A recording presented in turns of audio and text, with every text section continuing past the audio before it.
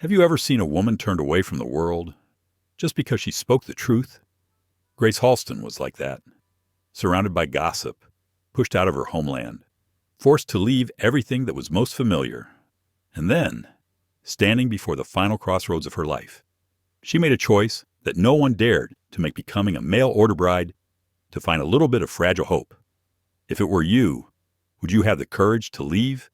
Would you have the strength to start over? When the past keeps chasing you like a shadow in a west full of dust, prejudice, and even broken hearts, what will happen when a woman who is about to collapse meets a man who carries the silence but warmth of the whole land? Can love heal? Can the truth stand up to those who want to stifle it? Please join the story. If you feel sympathetic, please like, share, and subscribe to the channel to continue this emotional journey with me. The stagecoach rattled down the dusty main road of Red Valley just after sunrise, its wooden wheels cutting a familiar trail through the loose sand that gathered there every morning.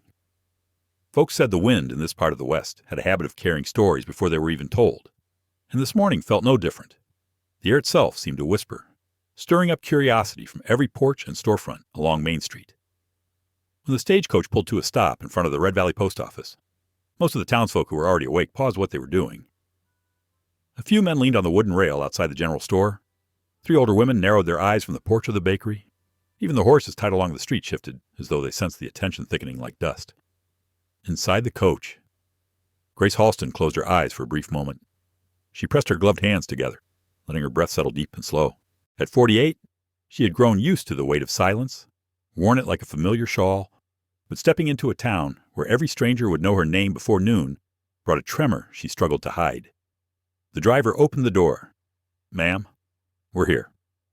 Grace thanked him softly and stepped down, boots landing in the red earth that gave the valley its name. She carried a single brown suitcase, worn smooth at the edges from years of holding more memories than belongings. Her dress was plain, a soft clay color that blended into the landscape, and her hair, loosely gathered at the back, carried a few silver strands that glinted in the sun. For a breath, no one spoke. Then the whispers came. "That's her, the mail-order bride." Turner finally bought himself a wife. Must be mighty desperate, traveling all the way out here like that. Poor thing. Or maybe poor him. A few chuckles broke out, low at first, then louder. Grace heard every word. She let her eyes settle on the ground for a moment, gathering herself the way a woman gathers her shawl tighter on a cold night.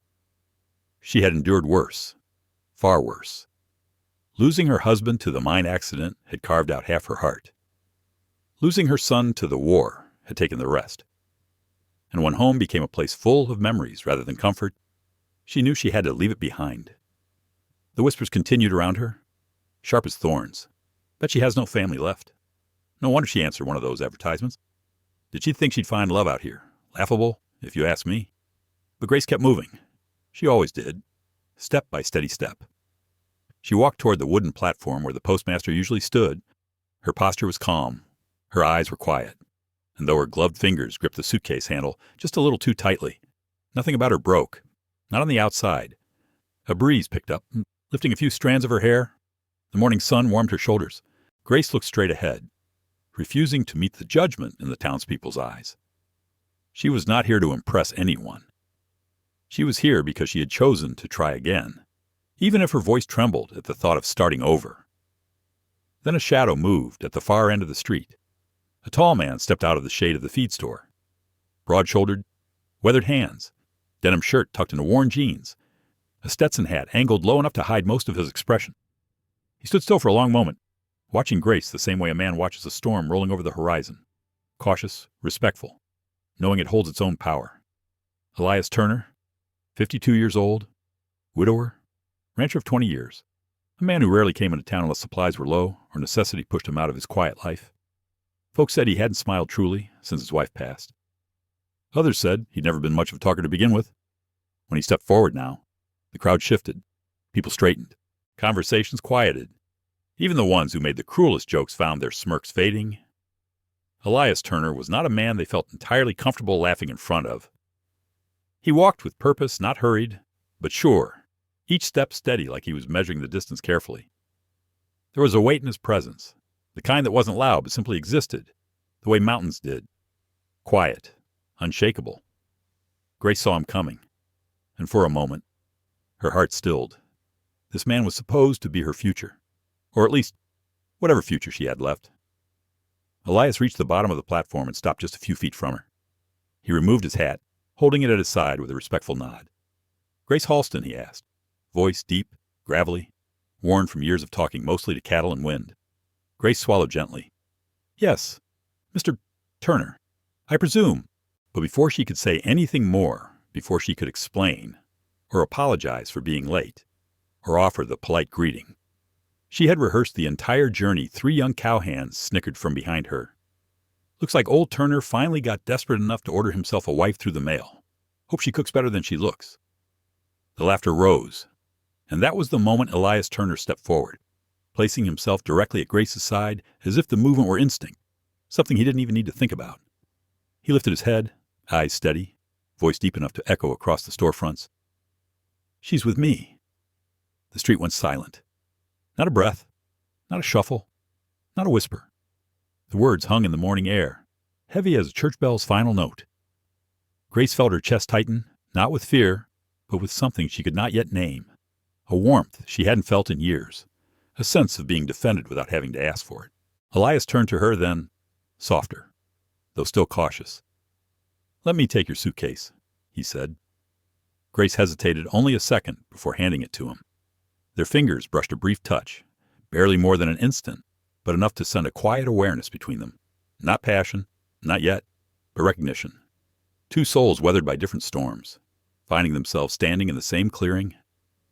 Elias lifted the suitcase like it weighed nothing at all, though to Grace it had carried 10 years of sorrow. "This way, ma'am," he murmured.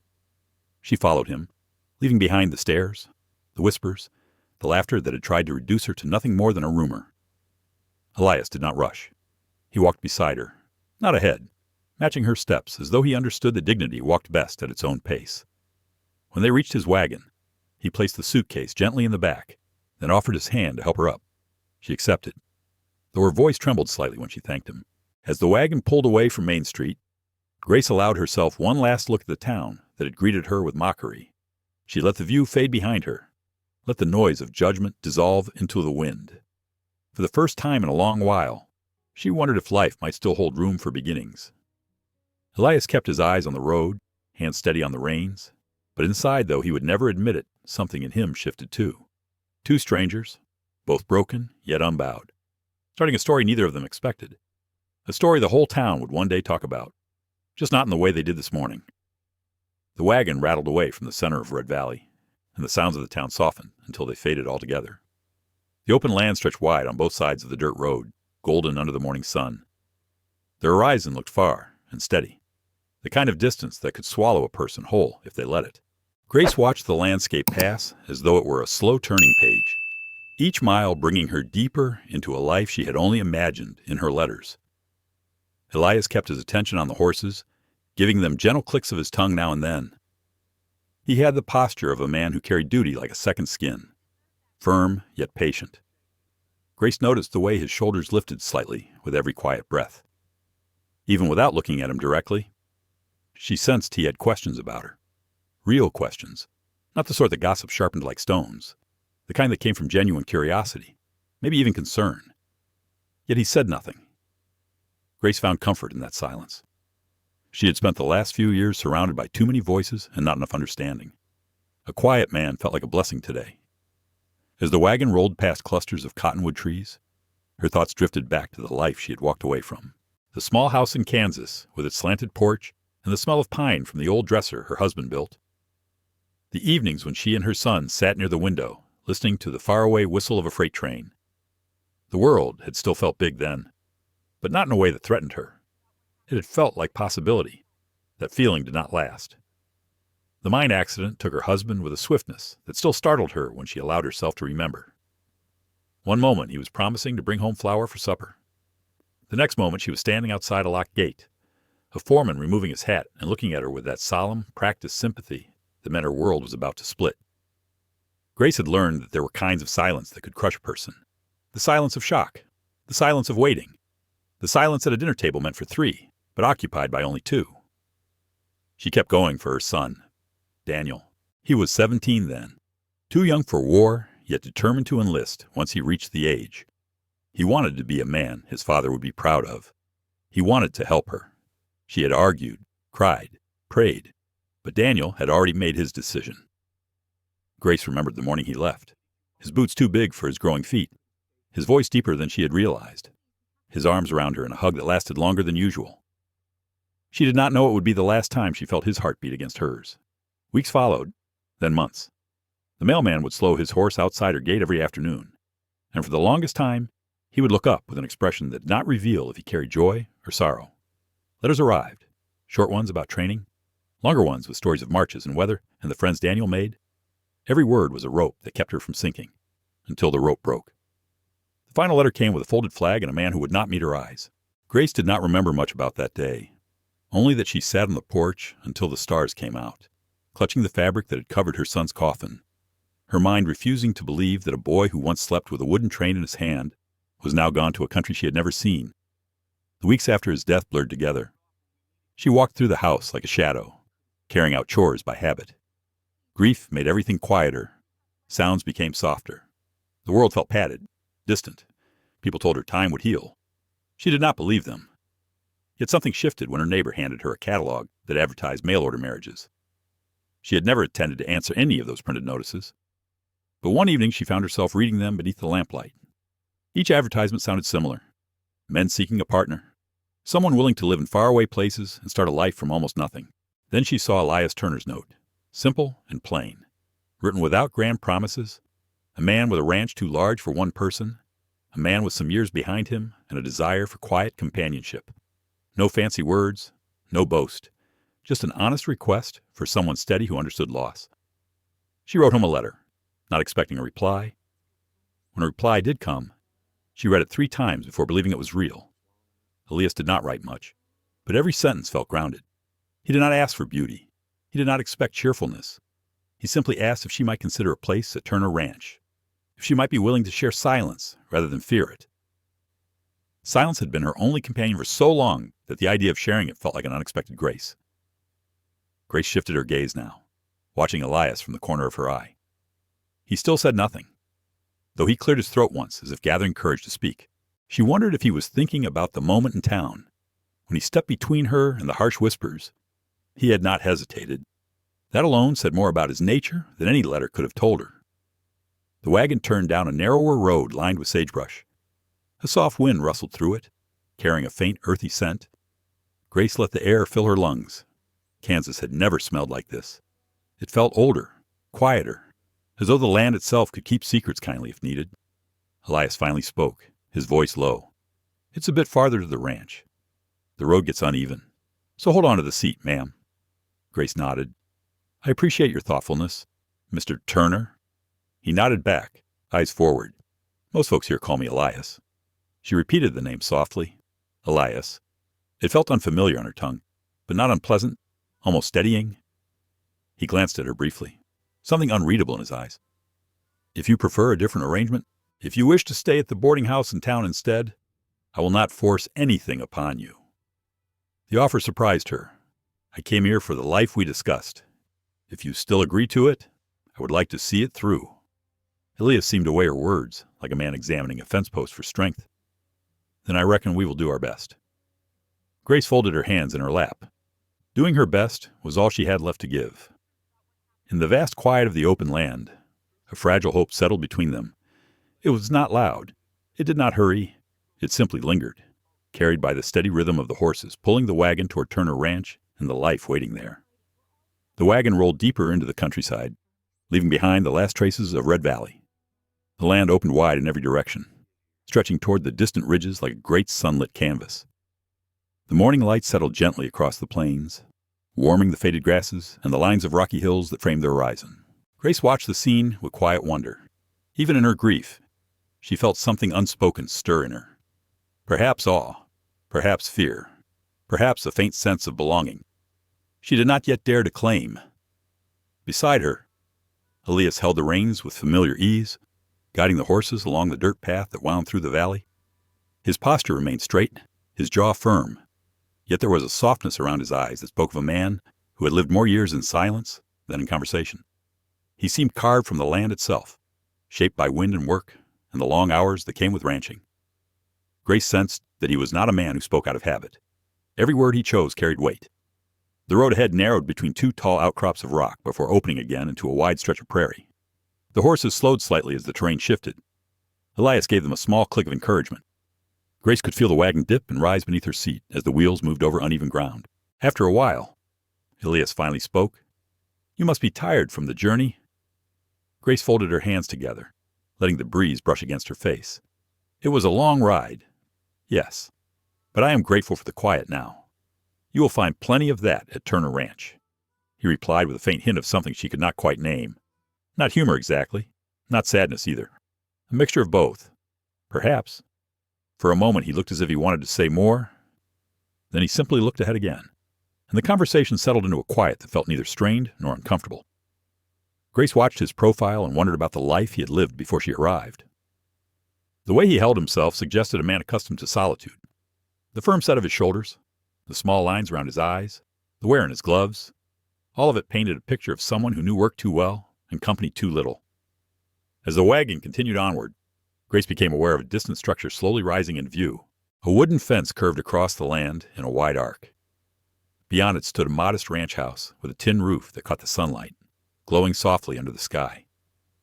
The house looked weathered but cared for, with a porch supported by thick beams and chimney made from gray stone. Smoke drifted faintly from it, hinting at a warm fire inside. Elias noticed her gaze. "That is the place. Been in my family for near 30 years. Grace nodded, taking in the sight. "It looks peaceful." "It is. Most days. Anyway." When the wagon approached the gate, Elias stepped down and opened it, letting the horses pass through. Grace watched him closely. His movements were deliberate and calm, like someone who had spent his life making sure things did not fall apart. He climbed back into the wagon without a word and continued driving toward the house. A pair of chestnut horses grazed in a nearby paddock. Chickens wandered freely near the barn. A windmill creaked slowly as the breeze turned its blades. To Grace, the place seemed almost like a world separate from everything she had endured. A place untouched by the memories she carried, yet waiting to shape new ones. The wagon slowed to a gentle stop in front of the porch. Elias set the reins aside and stepped down first. "I will help you," he said, reaching up. Grace accepted his hand, feeling the firm but steady grip as he guided her down. Her boots touched the ground, and she found herself standing before the house that was meant to be her new home. A strange sensation washed over her. It was not quite comfort and not quite fear, more like the moment before a page is turned, when a person knows the story is about to change. Elias lifted her suitcase from the wagon and carried it toward the steps. "You can take the front room for now," he said. "It is the warmest. Gets the afternoon sun. I appreciate that." Grace followed him inside. The house was simple but tidy. Wooden floors worn smooth with age. A stone fireplace set into the main wall, glowing with an orange flame. A braided rug lay near the hearth, and a pair of chairs rested nearby. A kitchen table stood near the window, with 2 chairs placed neatly on either side. The silence inside felt different from the silence of the wagon, more sheltered, more thoughtful. Grace let her fingers brush the wood of the doorway as she entered, as though the house might speak to her if she listened long enough. Elias set her suitcase on a small bench in the front room and stepped back, giving her space. "If anything is not to your liking, you can let me know," he said. "You have kept the house well," she replied. "It feels lived in. That is a comfort." Elias gave a small nod, his gaze drifting momentarily toward the fireplace. For a second, he seemed lost in thought.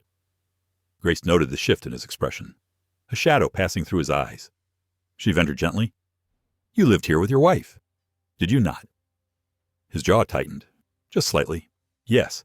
Margaret and I built this place together. It has been some years since she passed." Grace lowered her voice. "I am sorry for your loss." "Thank you," he said quietly. The conversation lingered in the air, delicate and fragile. Elias stood with his hands resting loosely at his sides, and Grace sensed the quiet ache he carried. A familiar ache, the kind of pain a person learns to tuck behind daily tasks so it does not swallow them whole. She stepped toward the window, gazing out at the stretch of land that rolled away from the house. It must have taken strength to keep this place running. Elias shrugged gently. A ranch does not wait for grief. There are fences to mend and animals to feed. Work keeps a man upright. I suppose. Grace knew that truth too well.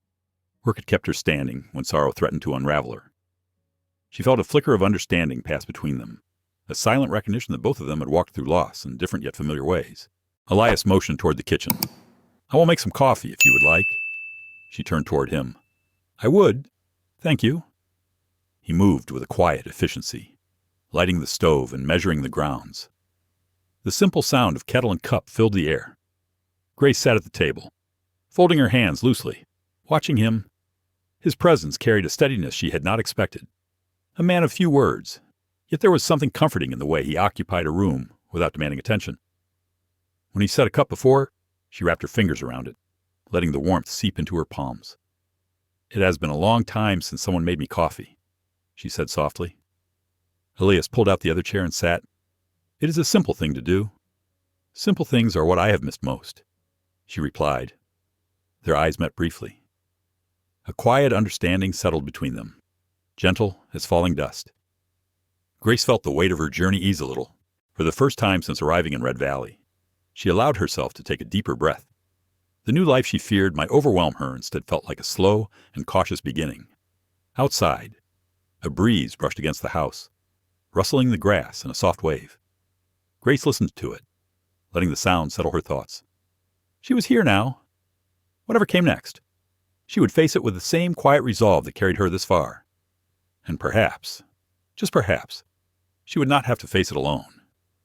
Grace stood for a moment at the doorway of the front room, listening to the gentle clink of Elias setting his cup in the kitchen sink.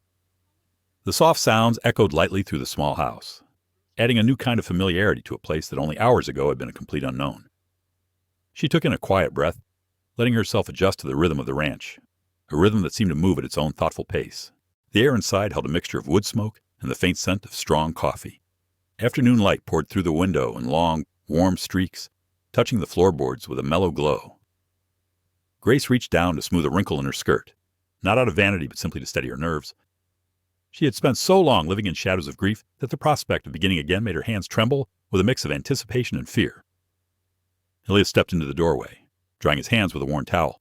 "If you would like to rest a bit, you are welcome to do so. The day has been long." Grace turned toward him. "Thank you. The ride was tiring. Yes, but the quiet has helped."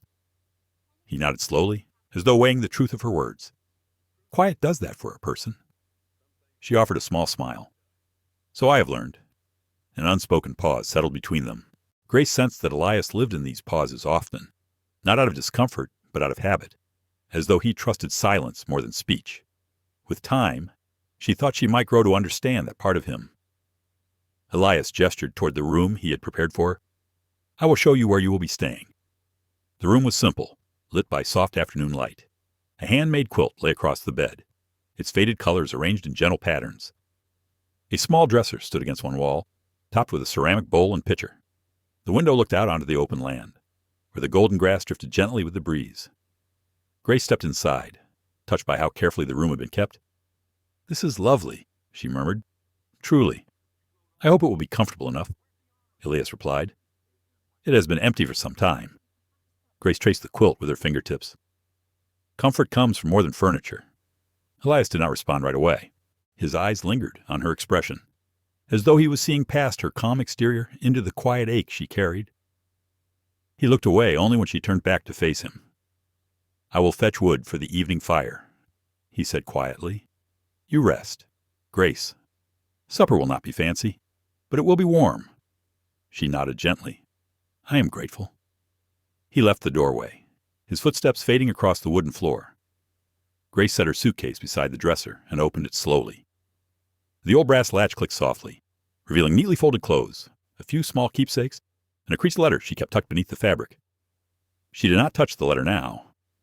Some memories were best left sleeping until the heart was ready. She removed a clean apron and placed it atop the dresser. Then she sat at the edge of the bed, letting her feet rest on the floor. The house spoke to her through tiny sounds, the settling of wood, the whistle of wind through a gap in the porch rail, the distant cluck of a hen near the barn. It felt like a new chapter easing open. After several minutes of stillness, she stood again. Rest could wait. She wanted to be useful, not simply present.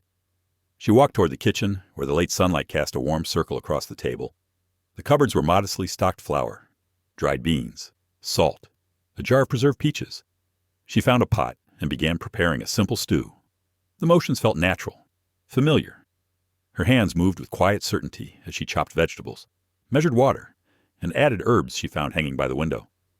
The aroma slowly filled the room, gentle and comforting. She was stirring the pot when Elias returned with an armful of firewood. He paused at the sight of her, almost taken aback. "You did not need to do that," he said softly. "I know," Grace replied, "but I wanted to." Elias stepped inside, setting the wood near the hearth. "It smells good. I hope it tastes as comforting as it smells." There was a stillness in his expression, not cold, but contemplative. "Margaret used to cook in that very pot," he said quietly. Grace lowered her gaze. "I hope that is not painful for you." He shook his head. "No, it is simply a memory. Some memories are best honored by being continued." Grace let his words settle over her. She understood that sentiment with a clarity that touched deep in her chest. They ate together at the small table.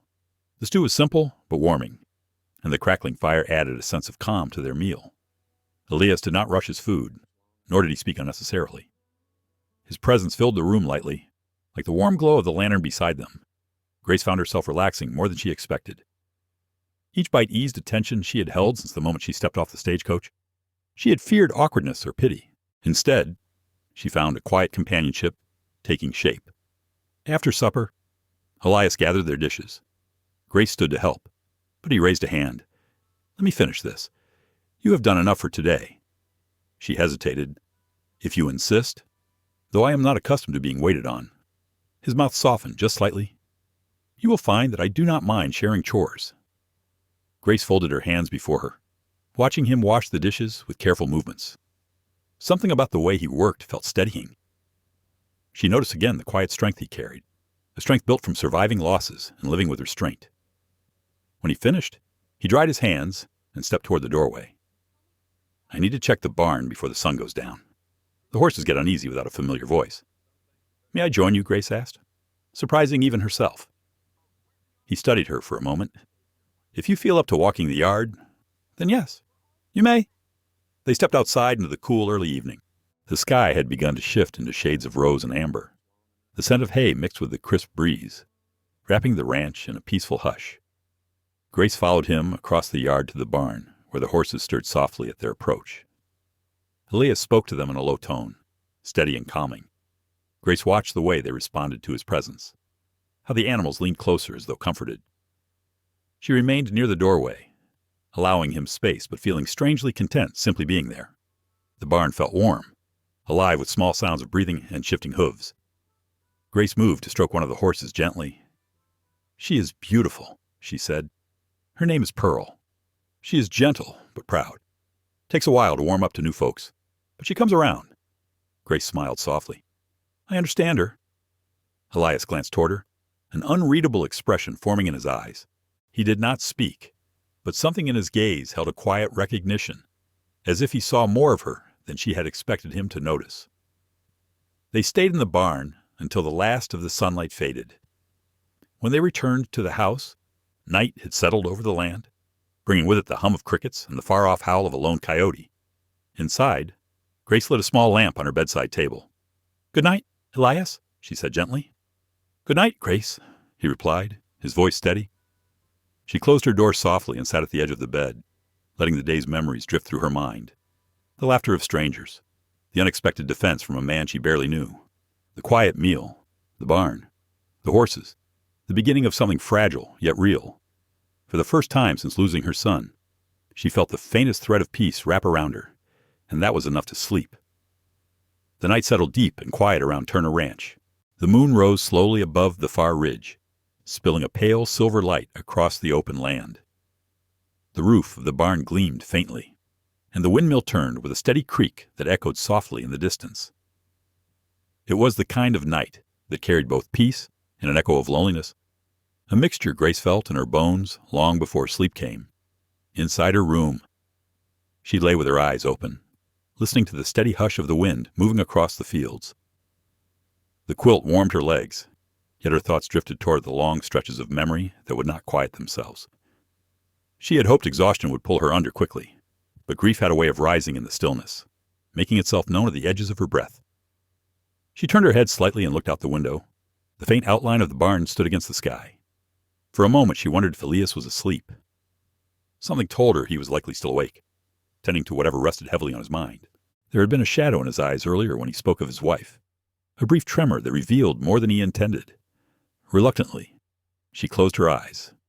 Sleep came in small, wavering pieces, broken by memories of her son and the echo of his laughter carried by the wind. She dreamed for a moment of him standing near a wooden gate, sunlight warming his face, before the dream slipped away and she awoke again in darkness. The house remained still. She could hear the fireplace crackling faintly in the other room, a rhythmic comfort she clung to before sleep found her again. By morning, the air was crisp and bright.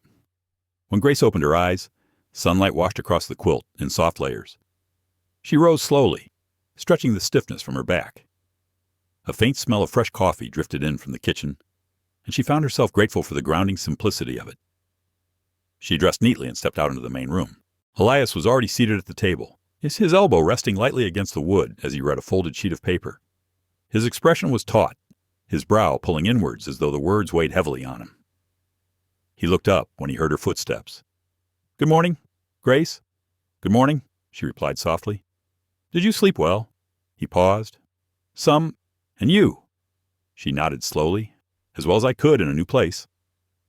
Elias folded the paper again and set it down beside his cup. Grace approached the stove to fill her own cup, noticing the way he guarded the paper with his hand. Not intentionally, but in the way a person protects something that troubles them. She had no wish to pry. Yet curiosity flickered quietly in her mind.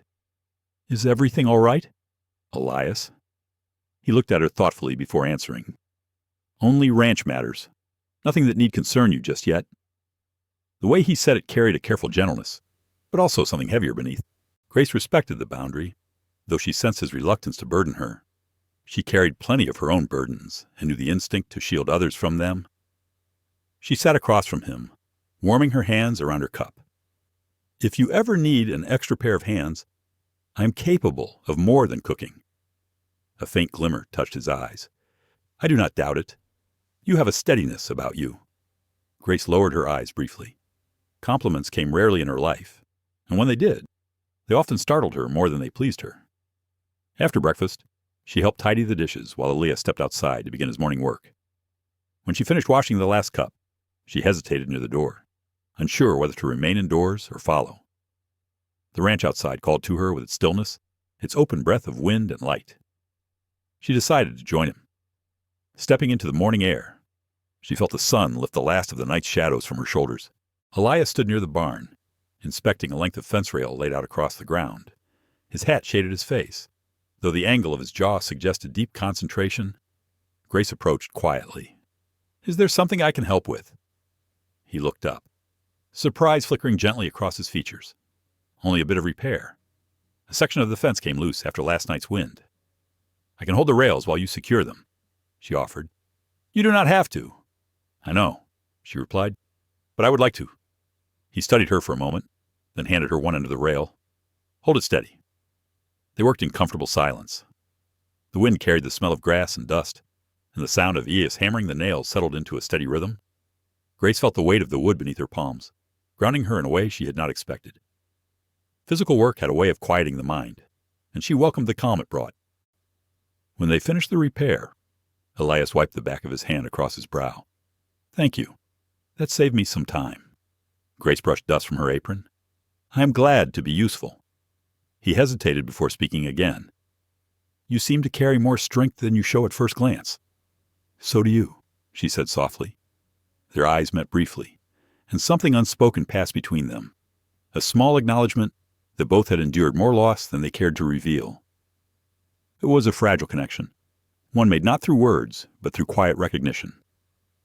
Elias cleared his throat and looked toward the barn. "I need to check on the mare. She has been restless since the storm last week. May I come?" "Of course." Inside the barn, Pearl stood near her stall door, watching them with alert eyes. Grace stepped closer, letting the mare sniff her hand. Pearl accepted her presence easily today, nudging gently at her palm. "She likes you," Elias said, leaning against a post. Grace stroked the mare's neck. "I think she senses loneliness. Animals are good at that." Elias nodded. They pick up on what a person tries to hide. Grace felt a quiet ache bloom in her chest. I suppose they do. He stepped closer, the light catching the faint lines around his eyes. You do not have to hide your sorrow here, Grace. This place has seen its share of grief. She looked up slowly. I imagine it has. The barn held their silence softly, like an old friend that knew when to speak and when to simply witness. Elias finally exhaled, steady and low. If you ever wish to talk about your son, I will listen. You do not need to tell me now, but I want you to know you have the freedom to speak when the time feels right. Her fingers paused in Pearl's mane. No one had spoken to her that way in a long time. Gently, without pressing, without trying to fix what could not be fixed. Thank you, she whispered. It means more than you know. They remained there a while longer, each lost in their own thoughts, neither feeling the need to break the quiet. The ranch outside hummed with afternoon warmth, and the world seemed to pause just enough to let them breathe. Before they stepped back into the sunlight, Elias placed a hand lightly against the stall door. I hope this place becomes a home for you. Grace? In time. She looked at him, truly looked, and found sincerity woven into every word. I hope so too.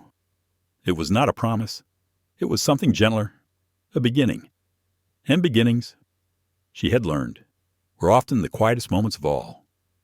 The sun climbed slowly above the plain, spilling warm ribbons of gold across Turner Ranch. Grace stood on the porch with her hands wrapped around a cup of steaming coffee. She watched the land breathe itself awake. The breeze stirred the grass in soft waves. Birds chattered lightly near the fence line. Somewhere far off, a calf called out for its mother.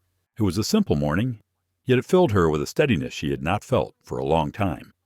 Inside the house, she could hear the faint clatter of Elias gathering tools for the day's work. The familiarity of the sound surprised her. In only a short time, the rhythms of the ranch had begun to weave themselves into her senses. She knew the way the floorboards creaked when Elias walked to the barn. She knew the soft scrape of his chair when he rose from the table. Even the scent of the house was slowly becoming something she could name. Elias stepped out onto the porch, adjusting his hat as he joined her. Morning is shaping up to be a warm one, he said. Grace nodded, sipping her coffee. It is a beautiful start. He leaned against one of the porch posts, his eyes tracing the horizon. I need to ride out to the far pasture today. Some of the cattle have wandered farther than usual. If you prefer staying close to the house, I can show you where everything is. Grace paused, considering. I would like to go with you, if that is possible. Elias turned his gaze toward her, the surprise evident but gentle. The ride will be long. The ground is rough in places. I can handle it. I have spent most of my life walking. A saddle will be a welcome change. A soft shift of amusement touched his eyes. Very well. I will saddle Pearl for you. Grace felt an unexpected spark of anticipation. It had been years since she had ridden a horse. The idea stirred memories she had tucked away long ago. Good memories, ones she rarely allowed herself to revisit. While Elias went to prepare the horses, Grace finished her coffee and set the cup inside before walking toward the barn. Pearl greeted her with a soft nicker, nudging her sleeve with familiar affection. Grace stroked the mare's neck, speaking to her in a low tone that came naturally. You are a comforting soul, she murmured. Elias emerged from the tack room carrying a saddle, his movements steady. She trusts you, he said. Pearl does not offer that easily. I am grateful for her kindness, and mine does not matter. He teased lightly, though his tone carried more shyness than humor. Grace met his eyes. I am grateful for yours as well. Elias? He blinked, taken aback by her sincerity. Something in the tension of his shoulders eased. He secured the saddle on Pearl's back and tightened the girth with practiced hands before preparing his own horse. Within minutes, they were riding out into the open field, the morning sun warming their faces. The land stretched wide before them, untouched and honest. Pearl moved with an easy gait that settled Grace's nerves. She felt the wind brush against her cheeks, clean and cool. Elias rode beside her, keeping the pace steady. Let me know if you tire. I will, she promised. As they moved farther from the house, the ranch unfolded in new shapes. Patches of wild sage lined the path. A dry creek bed cut through a slope of sun-bleached rocks. Farther on, a cluster of cottonwood trees stood tall, their leaves fluttering like quiet whispers in the breeze.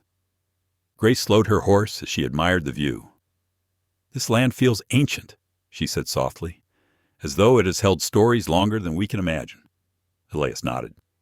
My father used to say the land remembers every footstep placed on it, good ones and bad ones. Do you believe that I believe the land changes a man? Elias replied, whether it remembers him or not. Grace considered his words. Has it changed you? He hesitated. In some ways, yes. In other ways, I do not know if I let it. His answer lingered between them like a faint echo. She sensed there was more behind it, something he was not ready to say. They rode on until they reached a wide meadow dotted with grazing cattle. Elias dismounted to check a post near the edge of the field. Grace joined him, tying Pearl to a nearby branch. The morning air carried a faint sweetness from wildflowers blooming along the fence. Grace inhaled deeply, letting the scent fill her chest. Elias knelt beside the post, assessing its weakness. This will need a new brace. I should have fixed it last week. He sounded disappointed in himself. Grace crouched beside him. You have an entire ranch to tend. Elias, no one can be everywhere at once. He gave a small sigh. My father believed a man should never let things fall behind. Your father is not the one managing this land anymore, she said gently. You are doing your best. Anyone can see that. Elias looked at her as though the words unsettled him. I am not used to someone speaking for me. Yeah, and I'm not used to someone listening so intently, Grace replied. It seems we are both adjusting. A faint smile touched his lips. I suppose we are. They worked together to reinforce the fence. Grace held the rail as Elias secured it, their movements falling into an easy rhythm. There was comfort in their shared effort, comfort in the way neither needed to fill the silence with unnecessary talk. When they finished, Elias brushed dust from his hands. There is another section farther down. We should check it before the cattle wander. They continued along the fence line, walking their horses side by side. Grace watched the land unfold with each step, the vastness of it a quiet balm to her lingering sorrow. Eventually, they reached a small ridge that overlooked a stretch of pasture. Elias paused beside her. Above them, the sky had deepened into a brilliant blue. Below them, the cattle moved with slow contentment. Grace rested her hands lightly on the saddle horn. It is beautiful. It is quieter than most folks care for, Elias said. I do not mind quiet. He looked at her, not with pity, but with a kind of recognition. I think that is why you are here. Grace, not for me, not for marriage, not for a new place to live. You needed a quiet that did not hurt. She swallowed gently. You are not wrong. Elias shifted, uneasy with his own honesty. Forgive me if I overstepped. You did not, she replied. I think you see more than you say. He nodded, though his expression grew distant. There are things I have not spoken of in many years. Losing Margaret changed me. It made parts of me quieter than they should be. Grace listened with full attention. I am sorry for what you went through. Elias looked toward the distant hills. She died in childbirth. I buried her and our son on the same day. Grace felt tears sting behind her eyes. Elias, I did not know. I do not speak of it, he said. Most people stop asking when they see the way my voice changes. Grace stepped closer. You carry that weight alone? That must have been unbearable. His voice creaked with old pain. It still is at times. Grace reached out and placed a gentle hand on his arm. You do not have to carry it alone anymore. The wind brushed quietly between them, as if granting its blessing to a moment neither had expected. Elias did not speak, but the look in his eyes told her she had touched a place he had kept locked for years. They stood together on the ridge, the land stretching wide around them, the silence between them no longer hollow, but full of something new, possibility. They mounted their horses again, neither rushing the moment. The ride back felt different, softer, as though the distance between them had narrowed without either of them naming it. When the ranch house came into view, Elias spoke gently. Grace, thank you for today. She looked at him with a calm sincerity. I did very little. You did more than you know. They rode the final stretch in thoughtful stillness, the sun warming their backs, the earth steady beneath them. For the first time, Grace felt that Turner Ranch might truly become home, not through walls or chores the quiet it offered, but through the man who had begun to let her see the edges of his guarded heart. The sky had softened into a wash of warm amber by the time Grace and Elias returned to the ranch house.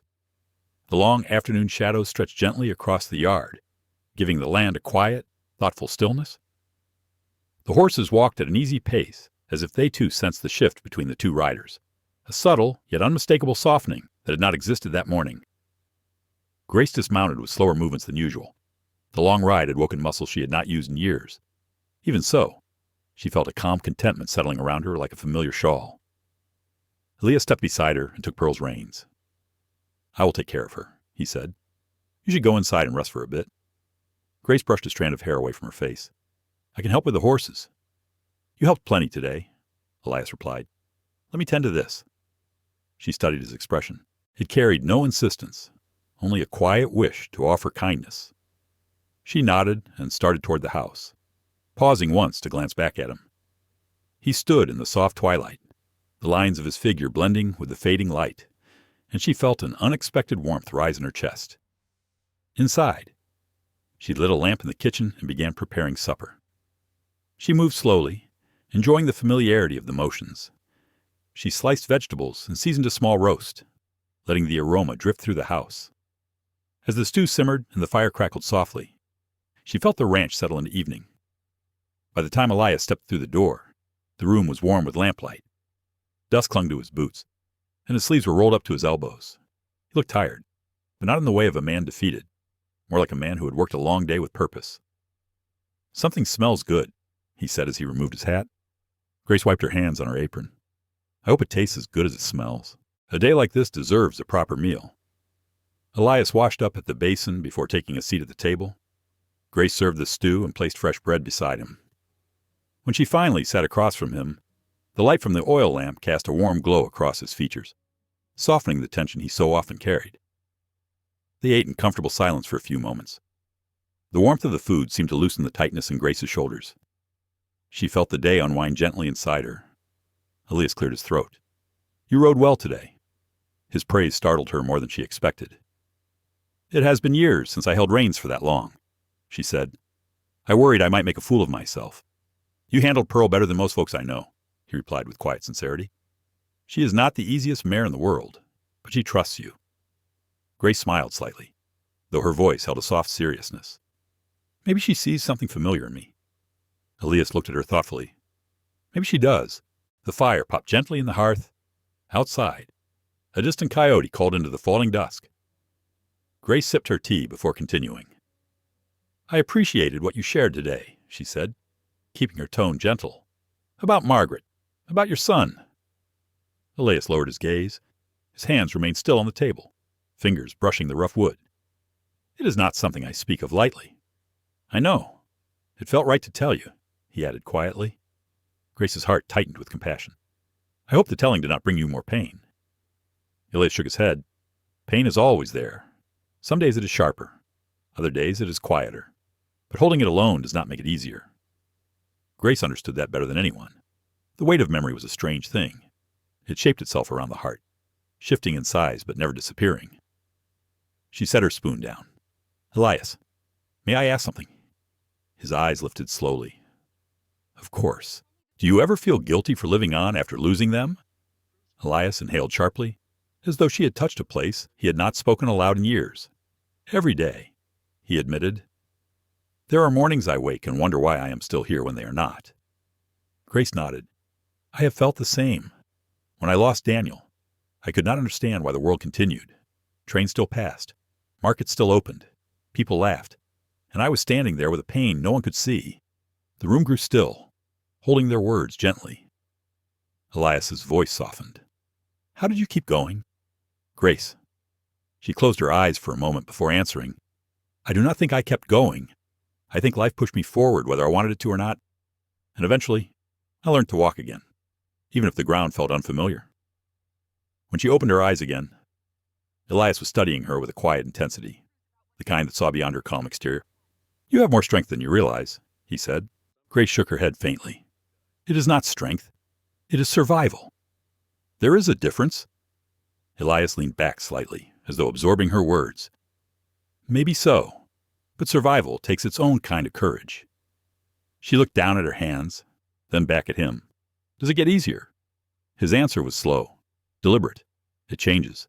The grief becomes part of you, but it does not stay sharp forever." Grace felt her throat tighten. "I hope that is true." "It is," Elias said gently. "I would not say it if I did not believe it." For a moment, neither spoke. Outside, The wind brushed against the windows, as if urging the night to settle deeper into the land. Grace rose to clear the dishes, but Elias stopped her with a quiet gesture. "I will take care of those. You cooked." "I do not mind," she replied. "I know," he said, "but I want to do this." She surrendered the task and stepped toward the doorway, watching as he moved around the kitchen. There was a patience in his movements she had grown to appreciate. He did not rush. He did not fumble. He treated every action with a steady certainty that felt grounding. When he finished, he hung the towel neatly beside the basin and turned toward her. "You should rest. Grace, tomorrow will be another long day."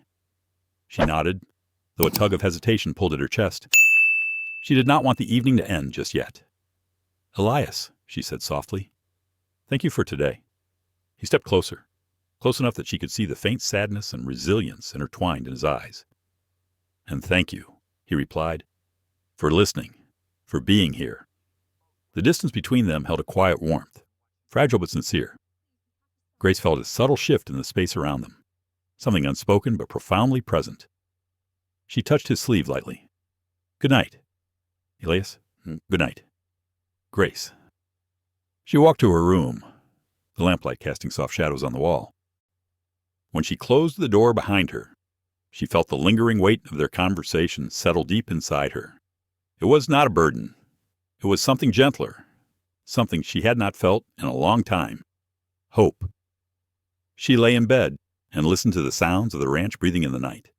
The wind, the faint movement of animals, the soft steps of a man who carried grief with grace. She drifted into sleep with a feeling she barely recognized. She was no longer alone. Dawn drifted gently across Turner Ranch, soft as a whisper. A pale light seeped into Grace's room, brushing across the quilt and warming her face. She opened her eyes slowly, letting the stillness of early morning settle into her chest. For a moment she lay unmoving, listening to the soft creak of the house and the distant call of a meadowlark somewhere near the pasture. She rose and dressed with unhurried movements. Her joints felt the ache of yesterday's long ride, but it was an honest ache, the kind that came not from sorrow, but from effort. She welcomed it. When she stepped into the main room, she found Elias already standing near the stove. A pot of coffee simmered gently, the dark aroma filling the room with warmth. He turned slightly at the sound of her footsteps. "Morning, Grace," he said quietly. "Good morning." There was a softness in his face, a look that seemed to linger after the confession he had shared the night before.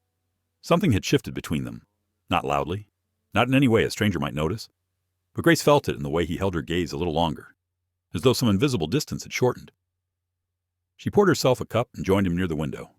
Outside, the field shimmered with dew, each blade of grass catching the sunlight in tiny flecks. She breathed in the calm. Elias broke the quiet first. "I need to ride into town today. Supply wagon came in last night, and we are running low on a few things." Grace nodded. "I can manage things here if you would like." "I would appreciate that," he said. "It will not take the whole day. Only a few hours." She studied his expression. "You seem troubled." He shifted slightly, as if deciding how much to reveal. "I received a letter yesterday. Some family matters back east. Nothing urgent, but it has been on my mind." Grace waited for him to continue, but he did not. She respected his silence. After breakfast, Elias saddled his horse while Grace stood on the porch, watching the sky brighten. Before mounting, he paused beside her. "If anything worries you while I am gone, Pearl is a steady horse. She will listen to you." Grace smiled gently. "I will be fine." His gaze held hers, steady and thoughtful. "I know." He rode off at an easy pace, the sound of hooves fading into the open land until only silence remained. Grace watched until he disappeared over a low rise, then turned toward the house to begin the day's chores. She swept the floors, humming softly to herself. She washed the dishes and hung linens on the line where the morning breeze lifted them as though testing their weight. She checked the water pump and gathered a few eggs from the coop. With each small task, she felt herself settling deeper into the rhythm of life on the ranch. By late morning, she moved to the barn to check on Pearl. The mare nickered softly when she approached. "I suppose it is just us for now," Grace said gently, running a hand along Pearl's smooth neck. The mare pressed against her palm with a quiet affection that made Grace smile. She was inspecting the feed when she heard the sudden crunch of wagon wheels approaching. She turned toward the barn door, a prickle of unease brushing her skin. Visitors rarely came unannounced. Stepping outside, she saw a small wagon approaching from the main road. Dust rose behind the wheels, catching in the sunlight. The horse pulling it slowed to a stop a few yards from the porch. A man climbed down. His clothes were clean but worn at the edges, and his hair carried more gray than she expected. His face was thin, his eyes sharp with the kind of watchfulness that made Grace instinctively straighten her posture. "Morning, ma'am," he called, tipping his hat. "I'm looking for Elias Turner." Grace walked toward him with cautious politeness. "He is in town. He will return later in the day." The man studied her, his gaze lingering on her dress, the apron, the dust on her hands.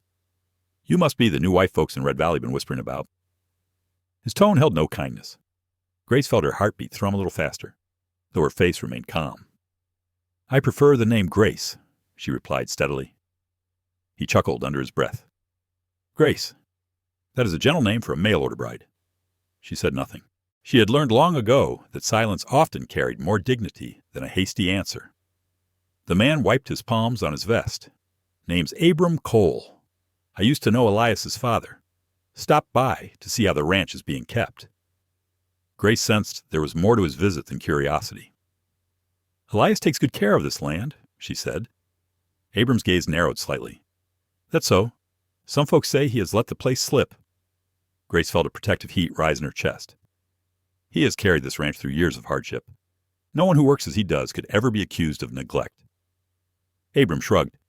"Words are not proof. A man has to stand steady when his life changes. Hard to do that with a stranger in the house." The insult struck its mark, though Grace kept her expression composed. "I am not here to harm anyone. You might not mean to. Trouble does not always announce itself." Grace stepped forward, keeping her voice steady though her pulse quickened. "If you have business with Elias, you may speak with him when he returns. Until then, this ranch is in my care." Abram watched her with an unreadable expression. "You sure speak calm for someone with the whole town talking about who you really are." A coldness pricked down Grace's spine. "What do you mean, I mean?" Abram said slowly. "There's been whispers that your story don't add up, that you came here carrying secrets." Grace's breath caught at the accusation. Memories she thought were quiet suddenly stirred. "People in town know nothing about my life." He raised a brow. "Maybe not, but rumors have a way of growing legs." Grace held his gaze, refusing to let fear show. "Elias does not pay attention to rumors, nor do I." Abram climbed back into his wagon. "You should. Wind is picking up around here. Folks are getting curious." He flicked the reins and rode off, leaving Grace standing in the yard with her hands clenched at her sides. The silence that followed was heavier than before, filled with questions she did not yet know how to face. Grace turned toward the house, her breath unsteady. She sat at the kitchen table, her thoughts swirling like dust in a rising wind. The past she had tried to leave behind was creeping closer. The letter in her suitcase seemed to pulse with a weight she had tried to forget. Her heart pounded at the idea of Elias hearing twisted stories before she could speak the truth. Would he believe her? Would he look at her the same way? Would the quiet connection between them shatter before it even had a chance to take root? She pressed a trembling hand over her eyes. "Not again," she whispered. "I cannot lose another place. I cannot lose another beginning." Outside, the wind brushed against the windows with a restless insistence. Grace remained at the table, fighting the rising tide of doubt, clinging to the fragile hope that Elias's trust in her was stronger than rumors carried on careless tongues. But even as she tried to steady herself, she could not shake the fear that the calm she had found at Turner Ranch was about to be tested in ways she had not imagined, and she was not sure her heart could endure another storm. The afternoon sun drifted low across the land, softening into that pale gold that signaled evening was near. Grace stood by the window with her hands wrapped tightly around a cloth, her breath steady but her heartbeat uneven. The encounter with Abram Cole lingered like a cold shadow in the room. She replayed every word he spoke, each one sharper than the last. Whispers, rumors, a stranger in the house. His accusations had stirred the quiet ache she thought she buried. Memories she had spent years trying to tame began pushing at the edges of her calm. She looked out across the open fields, searching for Elias, longing for the steady presence he carried so naturally. The sound of distant hoofbeats reached her first, faint but familiar. She stepped onto the porch just as Elias rode into view. guiding his horse with the relaxed rhythm of a man accustomed to long roads and honest work. The wind tugged lightly at his coat. The last of the sunlight brushed his shoulders. Grace tried to breathe, but her chest felt tight. Elias dismounted and tied the reins loosely before approaching her with a faint smile. "Looks like a peaceful day here," he said. Grace opened her mouth to answer, but the words tangled in her throat. Elias noticed instantly. The faint smile faded from his lips. "Grace," he said gently, "something has happened." She lowered her gaze to the porch boards, her fingers tightening around the cloth she still held. "A man came by. Someone who claimed to know your father." Elias frowned. "Who was he?" "He said his name was Abram Cole." Elias's posture stiffened in a way Grace had not seen before. "Abram, what did he want to speak with you?" Grace said softly, "though I do not think that was his only purpose." Elias stepped closer, his voice calm but firm. "What did he say to you?" Grace took a slow breath. "He questioned why I was here. He suggested that I might bring trouble to the ranch. And he said people in town have been talking." Elias's jaw tightened. It was not anger she saw, but a deep, controlled restraint. "And how did he speak to you? Did he threaten you?" Grace shook her head. "No, not directly. But his words were sharp.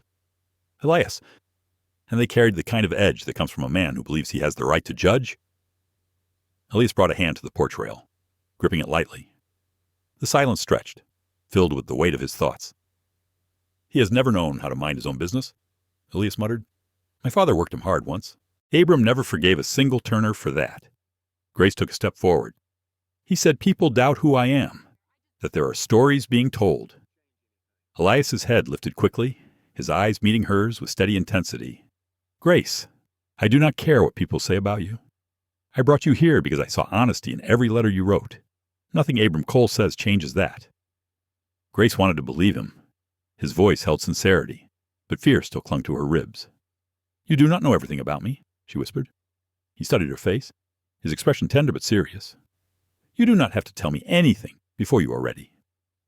"I should have told you more before I came," she said, her voice trembling. "It would have saved us both trouble." Elias stepped closer, close enough that she could feel the quiet steadiness he carried like a second breath. "We all carry things we do not speak of. There is no shame in that." Grace closed her eyes briefly. "It is not shame. It is pain. And I did not want to bring it with me here. I thought if I started over, far away, it would stay behind." "But it followed you," Elias said softly. She nodded. "It always does." Elias reached out as though to place his hand on hers, then hesitated, waiting for her consent. Grace allowed the contact, the warmth of his touch grounding the storm inside her. "Grace," he said gently, "nothing Abram said can turn me against you. If he comes again, I will handle him myself." A knot loosened in her chest, though completely letting go of fear proved harder. "He believes I have secrets," she whispered, "and he is not wrong." Elias's thumb brushed lightly across her knuckles. "Then when you are ready to share them, I will listen. Not because I demand answers, but because I want to understand the woman standing in front of me." A soft tremor passed through her. "Thank you. I do not know if I can tell the whole truth yet, but I will try." "Take your time," Elias said. "We have no reason to rush what should be spoken slowly." His words soothed the tightness in her chest. Grace glanced toward the barn, letting her breath settle. The sky was now a gentle rose color, drifting into evening. A calmness she almost trusted began to return. "Would you like supper?" she asked softly. "I would," Elias replied, "but only if you sit with me. Not out of duty, out of choice." "I will sit with you," she answered. Inside the house, they ate quietly. The stew warmed them both, though neither focused much on the meal. There was a careful awareness between them now, a tenderness shaped by the fragile honesty they shared on the porch. After supper, Elias lit the lamp in the main room. Its warm glow filled the space with a soft comfort. He sat near the fireplace while Grace collected her thoughts, sitting in the chair opposite him. For a long moment, the only sound was the gentle crackle of wood. "Elias," she began, her voice barely above a whisper, "when I left Kansas, I did not leave only because of grief. I left because people believed things about me that were not true, and I was too tired to fight anymore." Elias looked at her with unwavering patience. "Tell me only what you can bear to say." Grace clasped her hands together. "After my son died, the man who ran the mine, the same man who refused to take responsibility for my husband's death, claimed I was trying to blame him for things he did not do. He told people I was angry, that I wanted money, that I wanted revenge. Elias's eyes darkened with understanding. People listened to him because he had power. Yes, she whispered, and little by little, their sympathy turned into suspicion. They stopped trusting me. They whispered that I was bitter, that I was causing trouble. And when that did not break me, they whispered worse things. Elias leaned forward slightly. What did they say? Grace inhaled shakily. That I was unstable, that I was trying to ruin the mind, that my grief had made me dangerous. Elias shook his head slowly, his voice steady but firm. Grief does not make a person dangerous. Cruelty does, and it came from them, not from you. Tears stung at the corners of her eyes, though she fought them back. I thought a new place would silence those voices. But Abram's words today, they echoed everything I ran from. Elias rose from his chair and crouched beside hers, lifting her chin gently so she would meet his gaze. Grace Halston, he said with quiet conviction, I see a woman with more strength than she realizes. Not a dangerous one, not a troubled one. A woman who survived what few could endure. And if anyone in this valley wants to spread lies about you, they will answer to me. A tear slipped down her cheek. Elias wiped it away with the back of his hand, the touch softer than she expected. You are safe here, he said. Her voice trembled as she whispered, I want to believe that. Then believe me, Elias said, because I will not let the past take this place from you. Grace let out a long, shuddering breath as something inside her finally released. Not the whole fear, not the whole ache, but something enough to let her whisper, Thank you, Elias. He rose slowly, giving her space, but the warmth of his reassurance lingered long after he stepped away. The evening felt gentler than before. The house felt less like shelter and more like belonging. Grace remained by the fire long after Elias retired for the night, letting the truth of his words settle into her heart like the first traces of dawn breaking through darkness. For the first time since arriving at Turner Ranch, she allowed herself to imagine that maybe, just maybe, she could stay. The next morning rose beneath a sky, the color of pale steel. Clouds stretched low and heavy across the horizon, the kind that carried the promise of a storm that would settle deep into the land. Grace stood on the porch with her shawl wrapped tight around her shoulders. The wind brushed against her face, cool and restless, carrying the scent of rain not yet fallen. Elias stepped out behind her, fastening the last button of his coat. Storm's coming, he said quietly. I can feel it, Grace replied. It is the kind that settles into the bones. He glanced at her with that steady look she had come to rely on, the kind that reminded her she did not have to stand alone anymore. We should bring the animals in early, he said. I'll take the east pasture. Could you check the smaller pens near the barn? Of course. As they walked toward the fields, Grace felt a quiet strength in her steps. Yesterday's fears had not disappeared, but they no longer pressed as heavily. Elias's words still lingered in her heart, soft but firm, like a hand resting gently between her shoulder blades. The wind grew stronger as the morning deepened. Dust lifted across the ground, swirling in restless shapes. The cows in the nearest pen moved uneasily, sensing the shift in the air. Grace approached them slowly, speaking in a calm, familiar tone. She secured the gate and ensured the troughs were full before moving to the smaller enclosure. Thunder grumbled somewhere far off. By the time she returned to the barn, the sky had darkened noticeably. The wind carried the first hint of cool moisture. Grace reached for the barn door when she heard footsteps behind her. She turned, expecting to see Elias. Instead, she found Abram Cole standing a few yards away, his coat pulled up around his neck, his expression unreadable. Grace's pulse quickened. What are you doing here? She asked, keeping her voice steady. Abram approached with slow steps. Storm's coming. Wanted to speak with Elias before it hits. He is out in the fields. You can wait near the fence. Abram shook his head. I figured I would talk to you first. Grace stiffened. There is nothing more to say. Now, that's where you are wrong, Abram said, folding his arms as he studied her. I asked around in town after I left yesterday. Seems your name caught the ear of a few folks who remember stories drifting out of Kansas a while back. Grace felt the first drop of rain hit her cheek, cold and sharp. I do not care about what people in Red Valley think they know about me. You should, Abram replied. A town like this pays attention to every newcomer, especially one with a past you will not speak of. Grace clenched her hands. I am not obligated to share my history with you. Abram stepped closer, lowering his voice. I heard your husband died in a cave-in. Heard you caused a stir accusing the mine owner of negligence. Folks said you tried to ruin his good name. Grace's breath faltered. I never lied. I only spoke the truth. Truth depends on who is telling it, Abram muttered. And from what I hear, not many believed yours. Grace felt a tightening in her throat. The wind picked up, tossing strands of hair across her face. She steadied herself and met his gaze head on. My husband died because corners were cut and warnings were ignored. I spoke because someone had to. And if people chose not to believe me, that does not make my words less true. Abram regarded her with a slow, unsettling smirk. Maybe, or maybe the trouble followed you because you made it yourself. Grace's voice hardened. You do not know me, and you do not know what happened. Abram shrugged. Maybe not, but it is clear Elias does not know, either, and a man deserves to know who he really brought into his home. Grace's heart pounded. Leave, she said, her voice firm despite the tremor beneath it. Now. Abram took another step forward, but before he could speak, the sound of fast hoofbeats cut through the rising wind. Elias emerged over the ridge, riding hard, his face set with grim determination. He pulled up sharply beside them. Abram, Elias said, his voice low and commanding. You need to leave this property? Abram looked unfazed. I came to talk. You came to harass?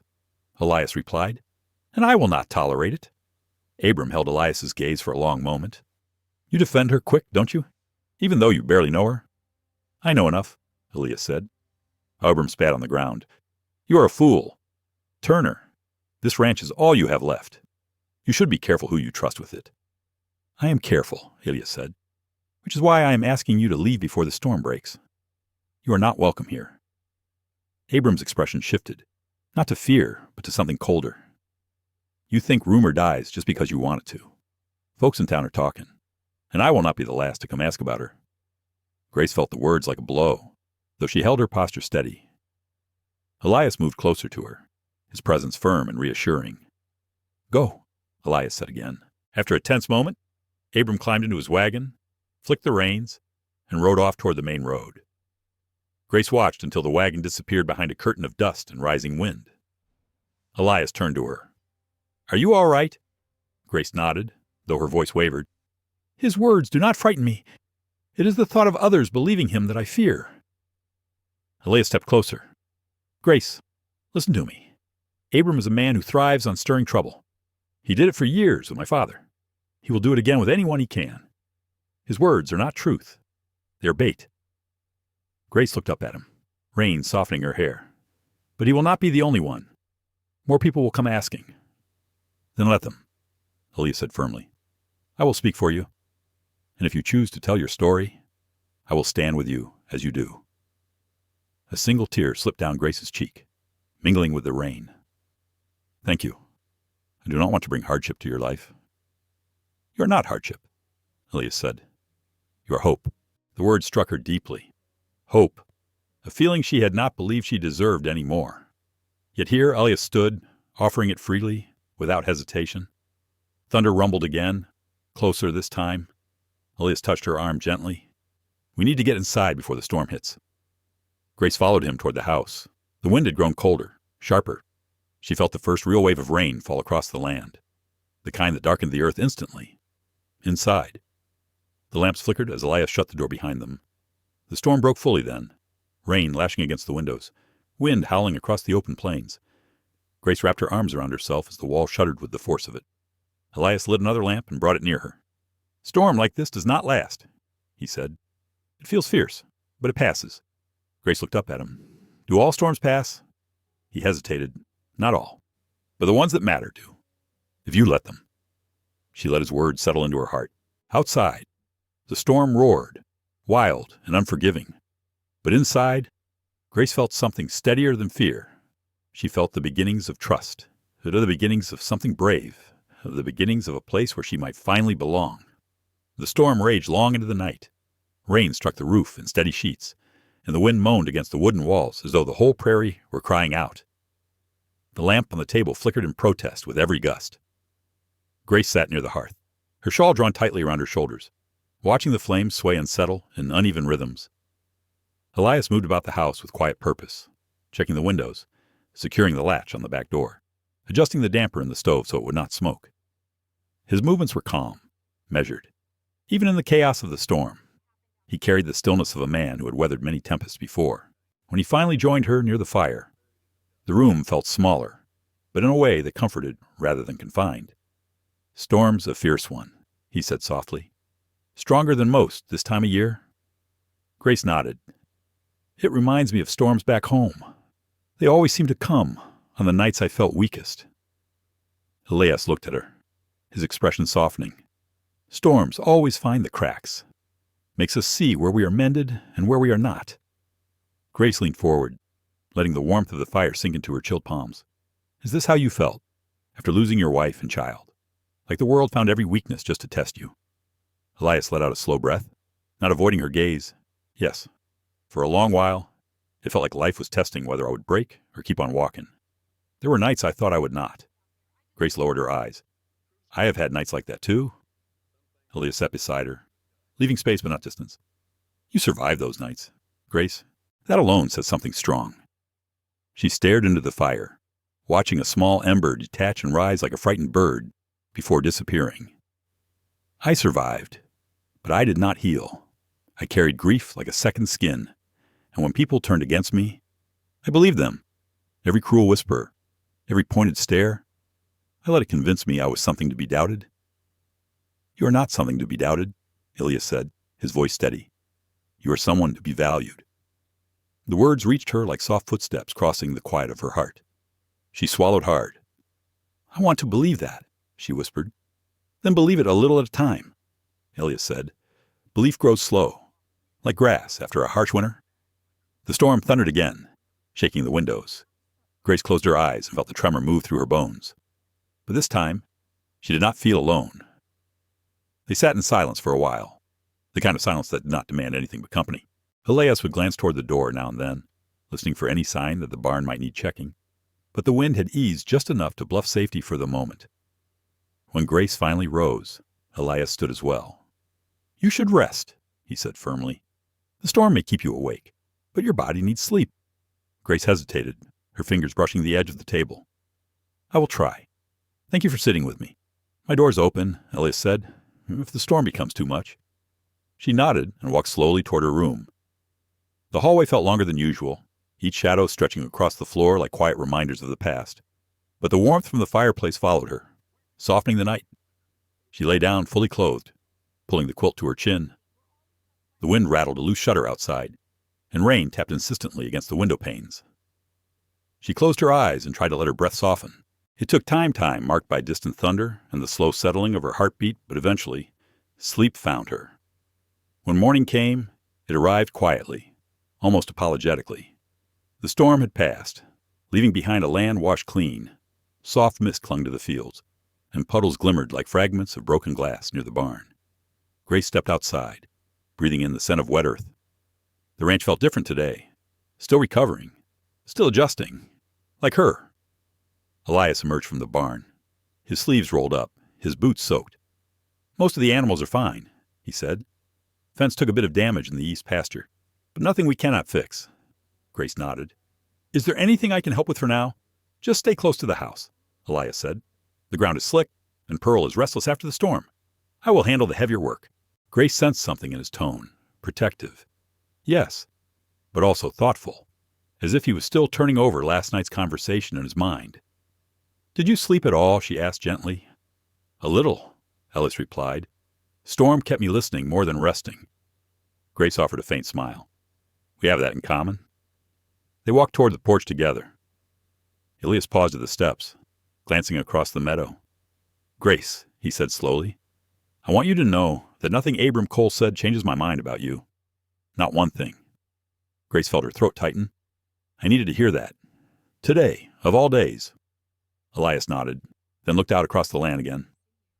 "People like Abram have power only when we let their words settle inside us. You do not owe him or anyone else your story. When you choose to share it, you share it because you want to, not because you are cornered." Grace stepped closer to him. "I do want to tell you everything. Truly. I just need courage I do not always have." "Courage is not loud," Elias said gently. "Sometimes it is quiet. Sometimes it is just standing still and letting someone stand beside you." Grace looked up at him, letting the morning light soften between them. She felt something inside her shift, something small but real, a trust that was beginning to find its place. "I am trying," she whispered. "And I see that," Elias said. He reached out, brushing a loose strand of hair from her cheek with a touch so careful she felt her breath catch.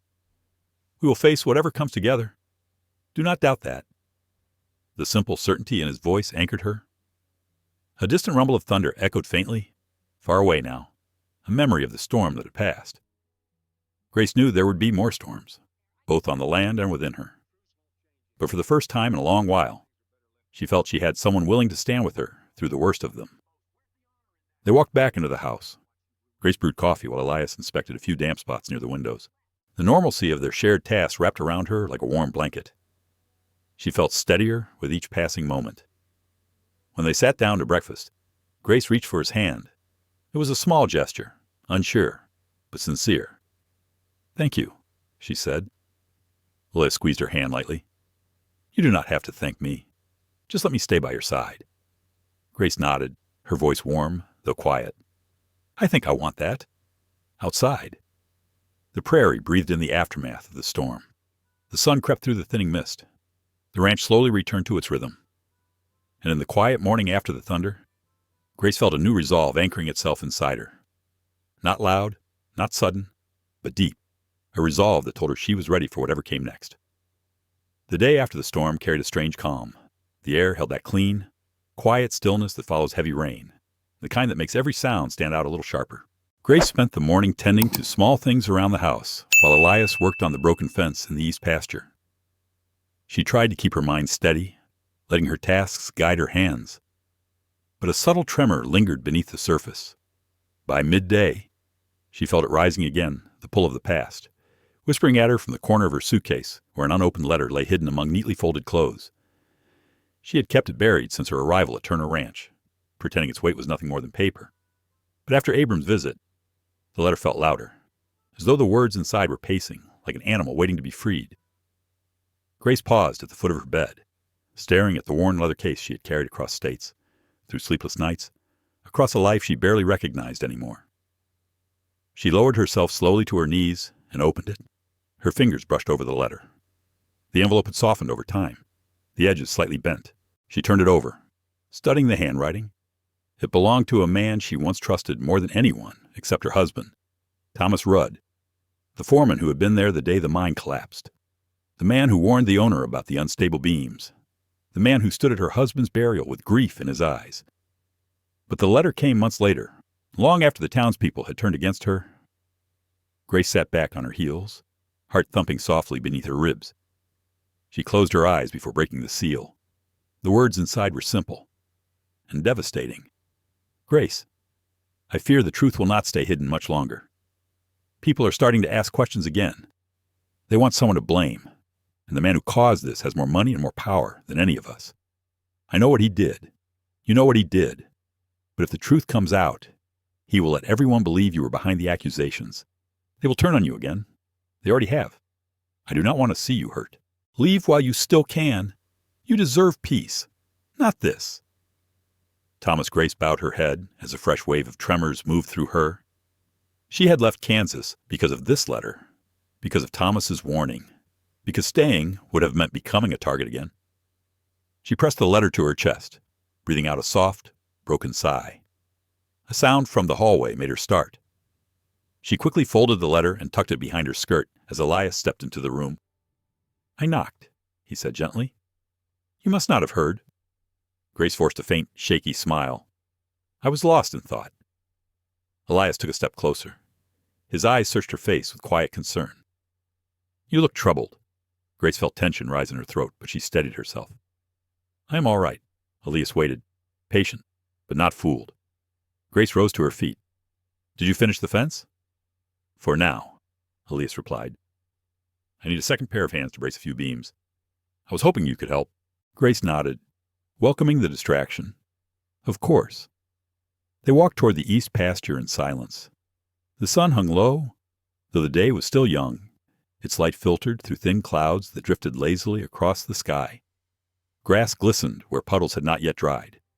As they reached the fence, Elias handed her a wooden post to steady. "If you hold it firm, I will hammer it in." Grace planted her boots carefully and gripped the post with both hands. Elias swung the hammer with slow, even strikes. Each impact thudded through the wood, through the ground, settling into the earth with quiet force. "You were quiet this morning," Elias said between swings. "I had much on my mind," she replied. He paused, leaning slightly on the handle of the hammer. "Does it have to do with Abram?" "Partly."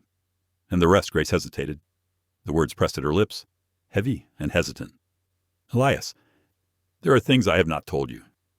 Things about why I left Kansas when I did." He straightened, dusting his hands on his coat. "Do you want to tell me now?" Grace looked down at her hands, then slowly met his gaze. "I want to, but I am afraid." Elias stepped closer, his voice warm but steady. "You do not need to rush. Whatever your past holds, well, we will face it together." His assurance almost broke her.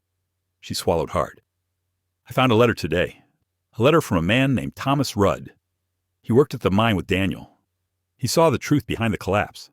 He warned me that people would come after me if the truth ever spread, that the owner would twist everything until I looked like the one making trouble." Elias's expression darkened. "That is why you left Kansas." Grace nodded. "I thought if I left, the whispers would die. But now Abram is stirring them again." Elias placed his hand on the top of the fence and leaned forward slightly.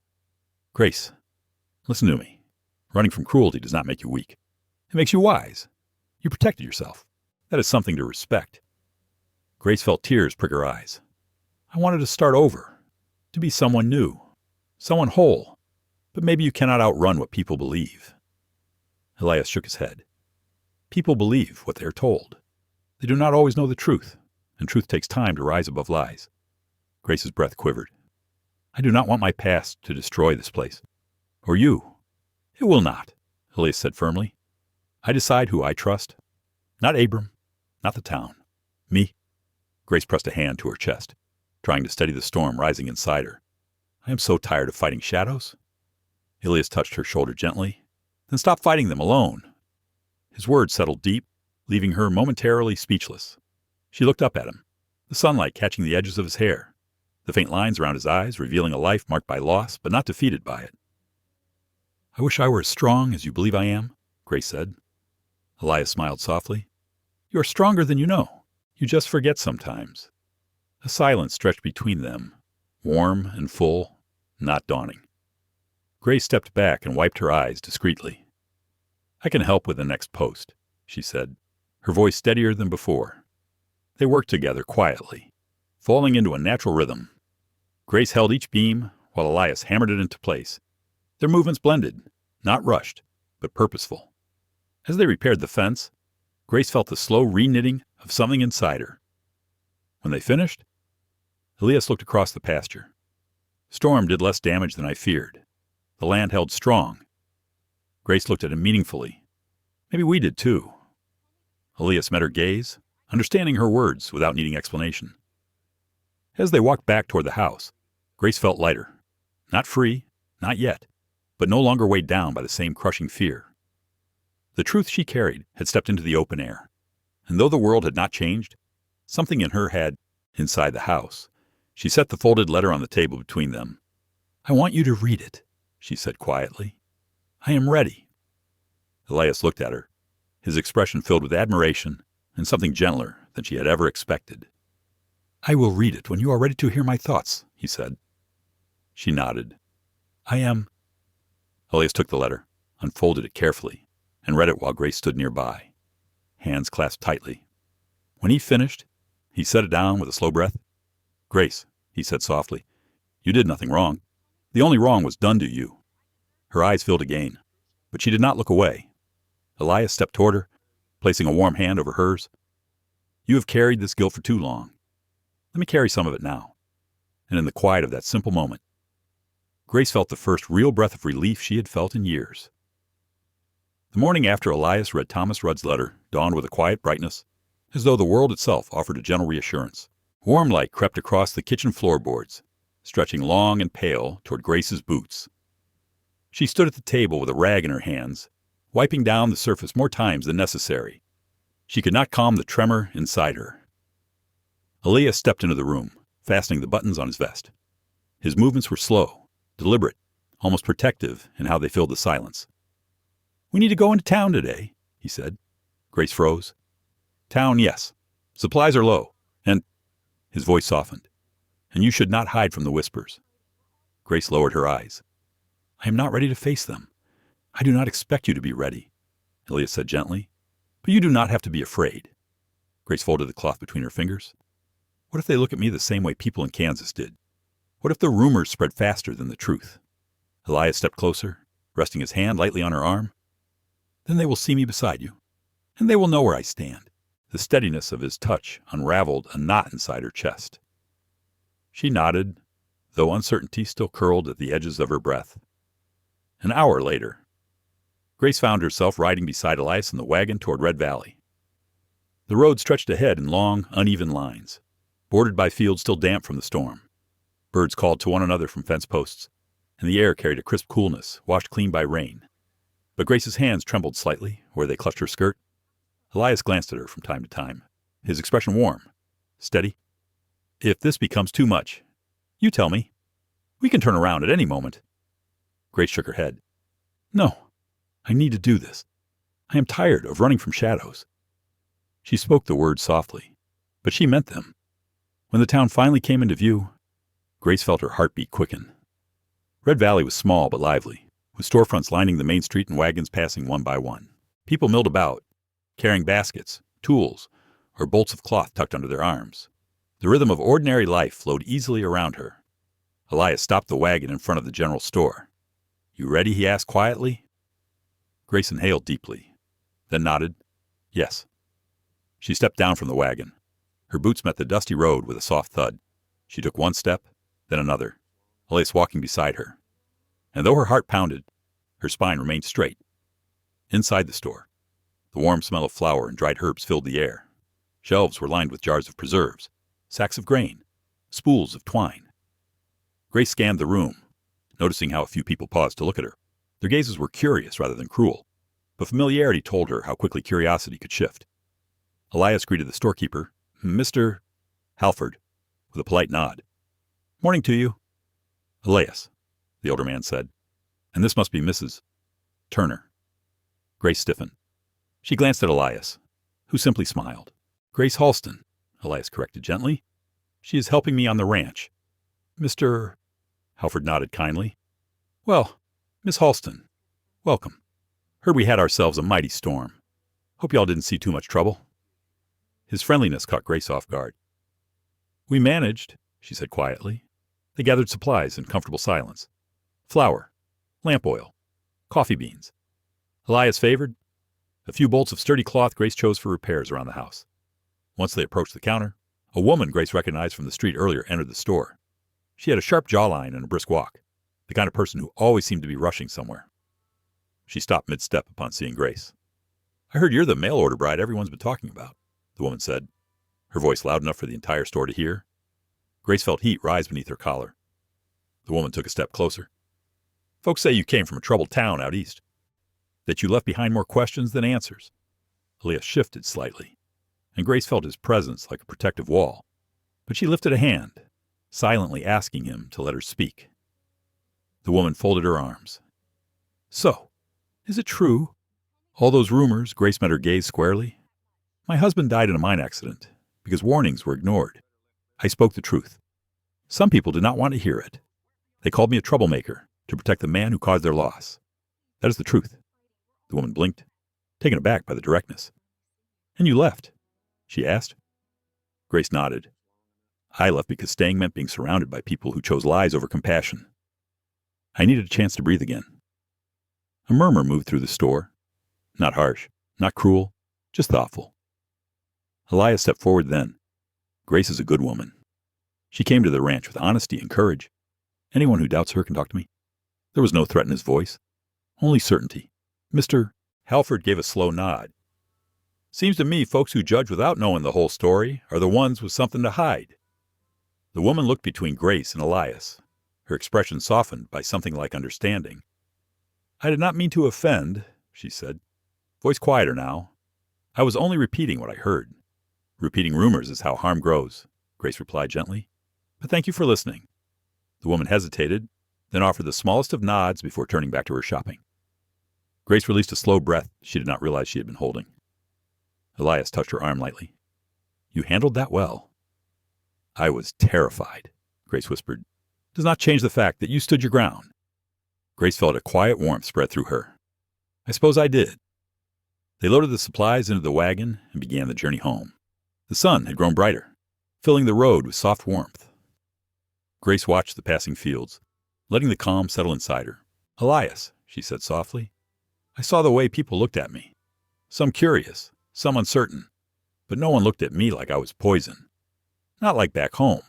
Because you are not poison," Elise replied. "You never were." She smiled faintly. Today felt like the first step of something new. "It was," he said. A comfortable silence fell between them as horses walked at a steady pace. Grace rested her hand on the edge of the wagon, letting the wind brush against her knuckles. "Elias, yes. I want to keep facing things. Not alone. Not anymore. With you." Elias looked at her with a warmth that reached his eyes. "You have me, Grace, for as long as you want me beside you." Her breath caught, not out of fear this time, but out of something gentler, deeper, stronger. Hope. She looked out across the land spread wide before them, the sky stretching endlessly above, a place where sorrow did not have to chase her, where truth could breathe, where a second chance felt possible. She felt the soft turning of a new chapter beginning, and for the first time in years, she did not feel like she was running. She felt like she was returning to herself, returning to trust, returning to something she never believed she would find again, a home. The days after their trip to Red Valley moved with a calmer rhythm. Grace felt a shift in the air around Turner Ranch, like the slow settling of dust after a long ride. The fear that once pressed against her ribs had softened, replaced by something steadier, something that felt almost like belonging. She spent her mornings near the porch, mending clothes or tending to the herb garden beside the house. The smell of sage and fresh earth lingered on her hands long after she finished. Elias, for his part, moved through the ranch with quiet determination, repairing what the storm had left behind. Sometimes he would catch her watching him, and he would respond with a faint, warm smile that made her pulse catch just a little. One afternoon, as the sun hung high and warm, they shared lunch beneath the shade of the old cottonwood tree.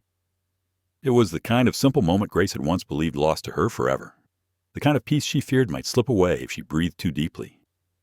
"Elias," she said quietly, breaking a long stretch of comfortable silence. "Thank you for standing beside me the other day." He looked up from his plate with soft eyes. "I did what anyone should do." "Not everyone would," Grace replied, "and not everyone has." Elias leaned back against the tree trunk, watching the sunlight flicker through the leaves.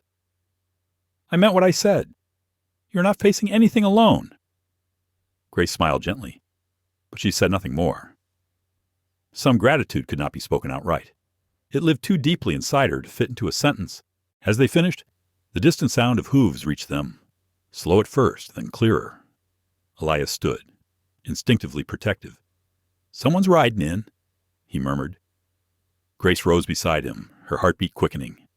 The dust cloud trailing behind the rider grew larger. This was no passing traveler. The horse came to a stop a few yards from them, and a man dismounted. He was tall, with worn boots and a travel-creased coat that told of long roads and restless nights. His face held a familiar kindness that startled Grace with its sudden presence. Her breath caught. "Thomas," she whispered. Thomas Rudd removed his hat, holding it respectfully in his hands. His eyes softened when they found hers. "Grace." Elias looked between them, understanding dawning slowly. "This is the foreman you told me about." Thomas nodded slightly. "And you must be Elias Turner." Elias stepped forward, extending a hand. Thomas took it, firm but weary. "I came because I could not stay silent any longer," Thomas said. "I did not plan on finding Grace this soon, but once I heard whispers reach Colorado, I knew trouble was following." Grace's pulse hammered in her ears. "Thomas, why are you here? What happened back home?" Thomas rubbed a hand along his jaw, his expression heavy. "The mine owner, Samuel Brecker, found out I wrote you that letter. He denied every warning I gave and blamed me for stirring fear among the workers. He fired me, said I cost him business." Grace felt a sharp ache in her chest. "You tried to protect them, to protect me." Thomas's eyes dimmed. "Did not matter. Once he realized the truth might catch up to him, he turned everyone against me. Same as he did to you. Elias's voice deepened, steady and grounding. You should sit. Rest a moment. Thomas hesitated, then nodded gratefully. Elias led him to the shaded area near the cottonwood tree. Grace sat opposite him, her hands trembling slightly. I thought you were safe, she whispered. I thought leaving would shield you. Thomas shook his head. Brecker is desperate now. Fear changes a man. I left town before things got worse. A long silence stretched between them. Grace swallowed hard. Are they looking for me? Thomas hesitated, and in that hesitation Grace found her answer before he spoke. Some folks think you were right all along. Others think Brecker is trying to hide something. But the ones loyal to him, they talk like you were the cause of every wrong that ever happened there. Elias exhaled through his nose, anger radiating off him in a quiet, contained way. Grace did nothing but tell the truth. I know, Thomas said firmly, but the truth has a way of frightening men who build their lives on lies. Grace clasped her hands together, fighting the rising wave of dread. I left so none of this would follow me, she whispered. I thought if I rebuilt myself far from home, the past would lose interest. Thomas looked at her with a tenderness that made her chest ache. You did what you had to, but running from pain doesn't stop those determined to chase it. Grace's eyes filled with tears she quickly brushed aside. I cannot fight them again. I do not have the strength. Elias leaned toward her, his voice soft but powerful. You do, and you are not fighting alone. She met his gaze, her breath trembling. Elias's presence steadied her in ways she did not yet have words for. Thomas watched the exchange quietly, a faint smile touching his lips. Looks like you found someone decent out here. Grace. She looked down, flustered. Elias has been kind. More than I deserve. You deserve far more than kindness, Thomas replied. You deserve peace. Elias nodded slowly. She does, and she will have it here. The late afternoon sun warmed the ground beneath them as the wind carried the faint scent of pine across the pasture. For the first time since Thomas arrived, Grace allowed herself a steady breath. What will you do now? Elias asked. Thomas looked out toward the horizon. I reckon I will stay in this region for a bit. Work if I can find it. Keep clear of Brecker's reach. You can stay here tonight, Elias offered. No sense riding back out before resting your horse. Thomas gave a grateful nod. I'll accept the kindness. Grace rose to her feet. I will prepare a place for you. It is the least I can do. Thomas touched her arm gently. You do not owe me anything. Grace, I came because I could not let you face the rest alone. Her eyes softened. I am glad you came. Truly. Evening settled over the ranch as they guided Thomas toward the guest room. The lamps glowed warm, casting gentle light across the quiet hallways. Grace felt a subtle shift in the air, like a long-buried truth had finally stepped into the open, no longer content to hide. But with truth came uncertainty, and with uncertainty came fear. When Grace stood alone in the hallway after Thomas had retired, Elias approached quietly. How are you holding up? He asked. Grace leaned against the wooden post, letting her shoulders fall. I am shaken, but I feel less alone than I thought I would. Elias touched her hand gently. You are not alone. Grace, not now, not ever again, if you choose it. The sincerity in his voice wrapped around her like a warm blanket in cold wind. She breathed deeply. Thank you, Elias, she whispered, for everything. He held her gaze softly. We will get through this, whatever comes. Grace nodded, feeling a fragile hope rise inside her once more. Tonight had brought the past to her doorstep, but she was not the frightened woman who fled Kansas. She was Grace Halston of Turner Ranch, stronger than her fears, and maybe, just maybe, ready to start fighting for herself again. Thomas slept most of the morning, worn down by weeks of travel and the weight of secrets he had carried farther than any man should. Grace moved quietly around the ranch house, pausing now and then to listen for any sound from his room. Each time she heard nothing but the soft strain of wind slipping along the walls. She felt both relief and a quiet ache. Elias spent the early hours repairing a gate near the barn, but Grace could see the tension in his shoulders even from a distance. He worked with precision, yet something in his posture told her his mind was elsewhere. The arrival of Thomas had stirred more than memories. It had stirred the thread of everything Grace had tried to leave behind. By early afternoon, Thomas finally stepped outside, his face still tired but clearer. Grace was sitting on the porch steps, gently brushing dust from a small woven basket. He approached with careful steps. Grace, he said softly. She looked up, offering a faint smile, Did you sleep at all? Enough to remember what rest feels like?" Thomas sat beside her, letting his gaze drift over the wide pasture ahead. "This place is peaceful. I can see why you came." Grace lowered her eyes. "Peace is a fragile thing, easier to lose than to find." "True," Thomas murmured. "But you found some anyway." She didn't speak. The quiet around them filled the space between words, letting the truth settle in without pressure. After a long moment, Thomas sighed. "Something happened before I left Kansas. Something I did not write in the letter." Grace felt her breath catch. "What was it? Brecker hired men to follow me, to make sure I stayed quiet. I managed to slip away, but I overheard them talking. Brecker believes you were the one who pushed for the investigation. He wants to pin everything on you." Grace's fingers tightened around the edge of the basket. "Even after all this time, he still wants to punish me. He is afraid of losing everything," Thomas said gently. "And fear makes a dangerous man even more dangerous." Grace's chest rose with a trembling breath. "I do not want my presence here to bring harm to anyone." Thomas studied her face. "You cannot blame yourself for the wickedness of others. You told the truth, Grace, and truth does not make you guilty." She swallowed hard. "It is not guilt. It is exhaustion." Thomas nodded slowly. "I know.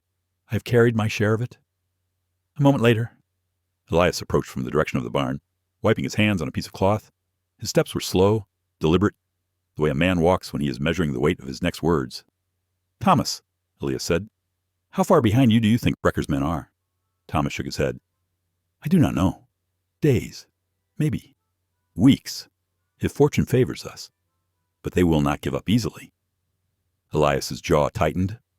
Grace deserves to live without fear of someone twisting her life around for their own gain. "She does," Thomas agreed. Grace rose from the steps, the sunlight catching the edge of her dress as she turned toward the pasture. For a moment she stood there, still and silent, as though listening to the land breathe beneath the afternoon warmth. "Elias," she said quietly, "I cannot let you put yourself in danger for me." But Elias stepped beside her, voice steady. "It is not danger I am choosing. Grace, it is you." Her breath trembled. "Why? Why would you choose that because you matter?" Elias said simply. "More than you know." The ground beneath her seemed to steady. His words were not rushed, not dramatic, just honest, in a way that reached deeper than the fear inside her. Thomas watched them both, something bittersweet in his eyes. "You two have built something strong here," Thomas said gently. "Do not let Brecker tear it apart." Grace turned back to Thomas. "I do not know if I am strong enough."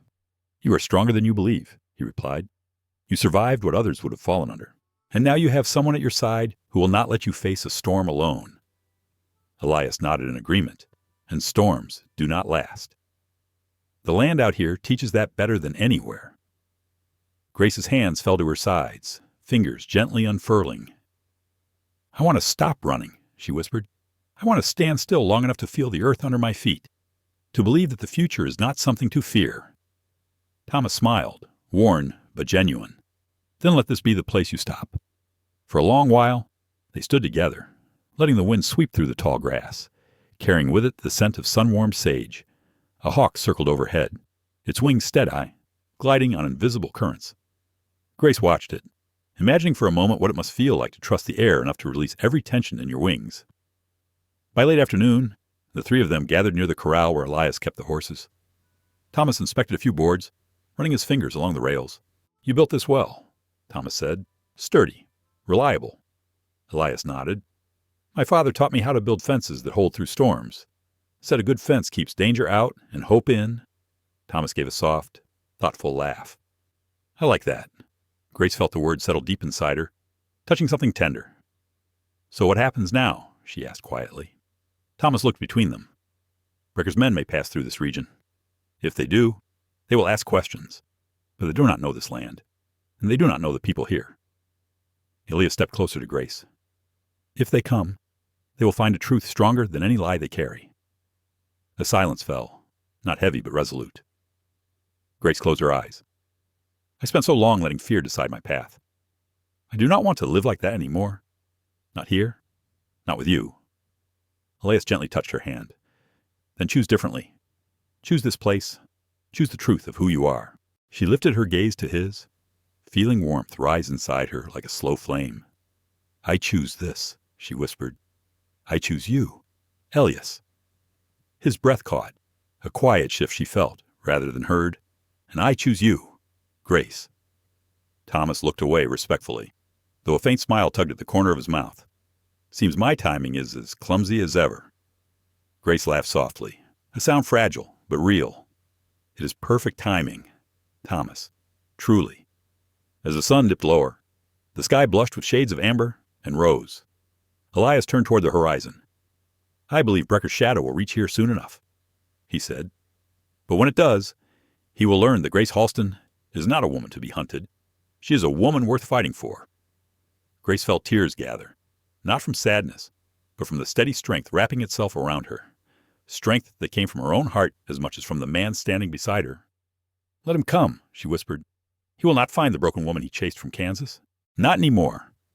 The wind rustled through the grass in response, carrying her words into the fading light as if stitching them into the approaching dusk. Grace Halston stood tall, and the past, no matter how long its shadow, no longer owned her. The story of Grace and Elias reminds us that in life, there are wounds that are invisible to the eyes, only felt through years of silently enduring. But it is also from these pains that people learn to stand up, learn to choose peace over fear, learn to trust again. At any age, we have the right to start over, not to erase the past, but to continue writing the rest of our lives the way we want. Love is not a thunderclap, but the persistent presence of someone who makes us feel we are still worthy of being loved. And the truth, even if buried, will eventually find its way back to the light. Hopefully Grace's journey will remind each of us that sometimes we just need to slow down, listen, and dare to choose kindness. Life will be gentle again. Thank you for following the story.